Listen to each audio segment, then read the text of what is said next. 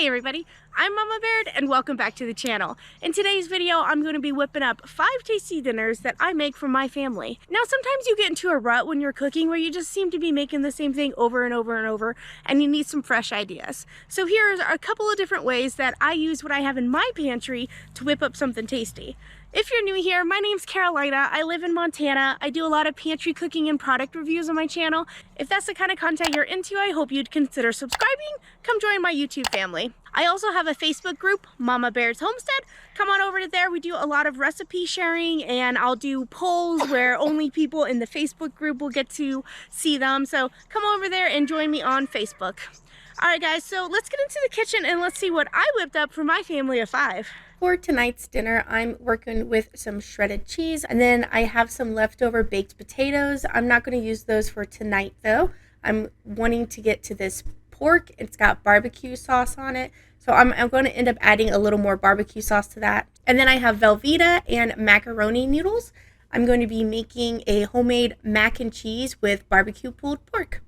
So first you're going to add half a stick of butter. You're going to make a roux, and this is what's going to help thicken up your sauce. Now you could make this with half and half or heavy whipping cream, and then you could skip this step. That would be the thickener that you would need, but I'm going to be using 1% milk, so I'm going to make a roux, so that'll help thicken it up. So I end up putting half a cup of flour. This is whole wheat flour because I'm just trying to get it used up, but you can use any kind of flour.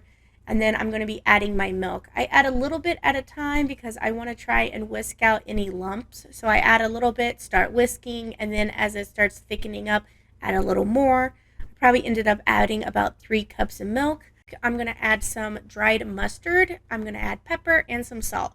I think dried mustard goes really well for mac and cheese, so I always try and add it if I know that's what I'm going to be using this cheese sauce for. Now that it's all thickened up, it cooked for probably about 5 minutes, stirring repeatedly. You can see how nice and thick it is. So I'm going to go ahead and add my Velveeta a little bit, chunks at a time. I end up using a whole block of it, and you're just going to put some in, whisk it, let it melt a little bit. As that starts melting, then slowly add some more in until eventually the whole block is in there and it's all melted down. So I'm going to give it a taste. You always want to make sure you're tasting your food so you know if you need to add more seasoning or if it needs fixed in some way. You would hate to have it all mixed up and then realize that it needed more salt. So I'm going to add a little more mustard because I can't quite taste it, and then I'm going to add more salt as well. So it's really important that you taste everything, that every layer is seasoned. Now this made quite a bit of cheese sauce, way more than 1 pound of pasta is going to hold. So I'm taking a little bit out and just putting it aside. I will save that for another meal because I can use cheese sauce with anything. Now these were big macaroni noodles, which were super fun because all the cheese sauce went into the big holes there. And then I mixed all that up, and now I'm going to add the pulled pork. I did add more barbecue sauce to that, just Sweet Baby Ray's. And if I was making this fancier, I would put it in a bowl and then put the pulled pork on top. But I'm just mixing it up for tonight, and I just wanted something fast, so I decided to mix it all in there. And that's what we had. It was absolutely delicious. If you guys have not tried barbecue pulled pork mac and cheese, I hope you give it a try. For this next dinner, I had some random odds and ends in the fridge that I need to get used up, like these beer cheddar bratwurst. I'm going to take them out of the casing though and use them as a ground meat.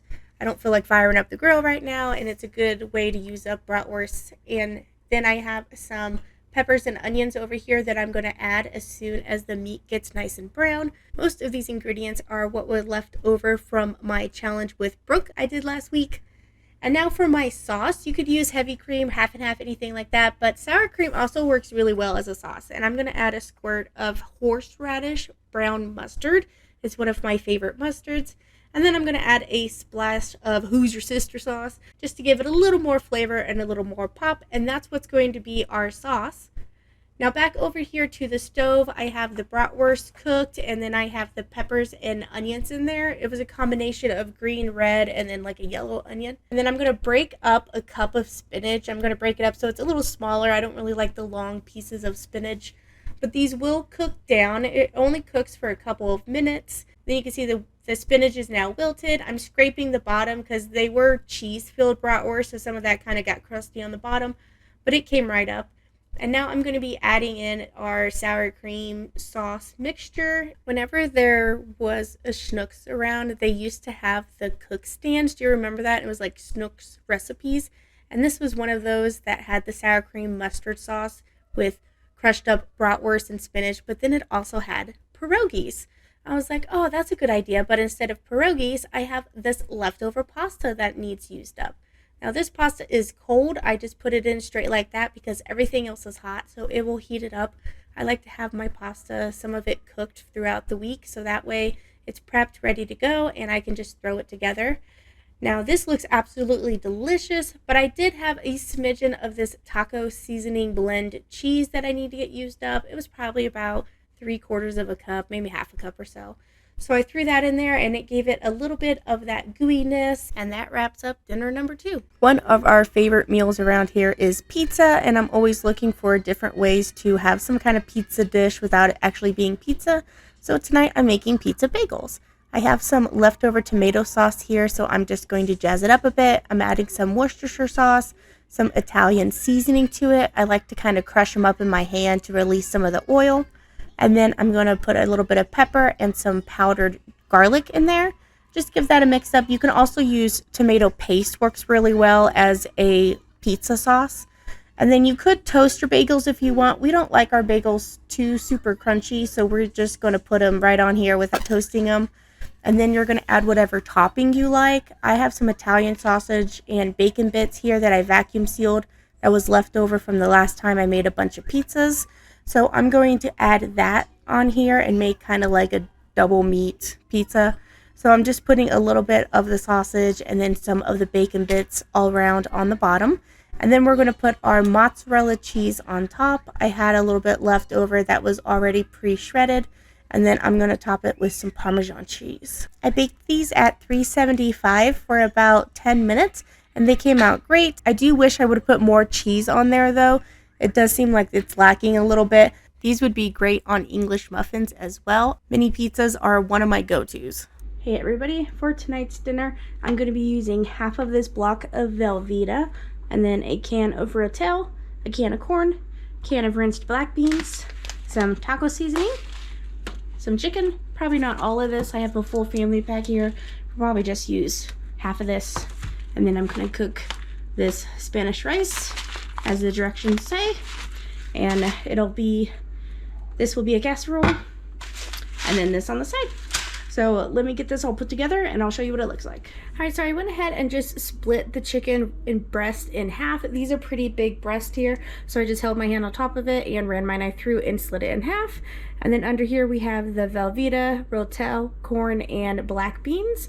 And then you're going to put your chicken on top, and you're going to sprinkle your taco seasoning on top of your chicken here. And as everything cooks, that queso will melt, mix with all that stuff, and we'll have one tasty dinner. And then with that rice, it should be pretty good. So I'm going to cover this with foil, and it's going to get baked at 400 degrees. We're going to go for 40 minutes, and then we'll check it. This was done exactly at the 40-minute mark. I didn't need to bake it any longer. I gave it a mix when it came out and the cheese was all melted. It was pretty much already incorporated. So I kind of pushed the chicken breast down a little bit into the queso. And then I let this cool for probably about a good 10 minutes because that cheese was very hot. And then I'm going to serve this with that Spanish rice on the bottom. And then I'm going to put some crushed up tortilla chips. And then I'm going to scoop some of the queso, bean, corn, rotel mixture, put that on top. And then we're going to put a piece of our chicken. I'm kind of making a mock Fiesta Lime from Applebee's. I used to work there. And then I'm going to squeeze some lemon juice on top. Then I'm going to sprinkle Monterey Jack cheese and get that in the oven to kind of melt it. So we're going to cut into it and kind of see how it is. I love having chicken and queso. It's one of my favorites. And I saw this recipe on Pinterest and I wanted to give it a try. And I'm so glad I did. This was one of husband's favorite meals that I have made. And then I'm going to repurpose the queso and the chicken. I have some left over. So what would you make with the leftovers of this? All right, let me know in the comments below and let's go over to the next meal. For this next meal, I'm going to be making a beef and rice on the stovetop. I have some frozen peppers and onions and then a pound of ground beef, 1 can of mixed veggies, and then a can of French onion soup. I have some beef stock that I'm going to be using the fat and the juice out of. So what I'm going to do is scoop out the fat and kind of use that to cook the peppers and onions. These are from frozen, so once you add those in there, it will do some popping and cackling because of the water that's touching the oil, so be careful of that. But just cook that till it's nice and soft, and then you're going to add your hamburger. I added it straight in there, and then I'm just going to be breaking it up with my spatula. Now I have a pack of French onion soup that is going to go in there as well. That's going to help flavor up the ground beef, and then it's also going to help thicken it up a little bit, any of that liquid that was in there.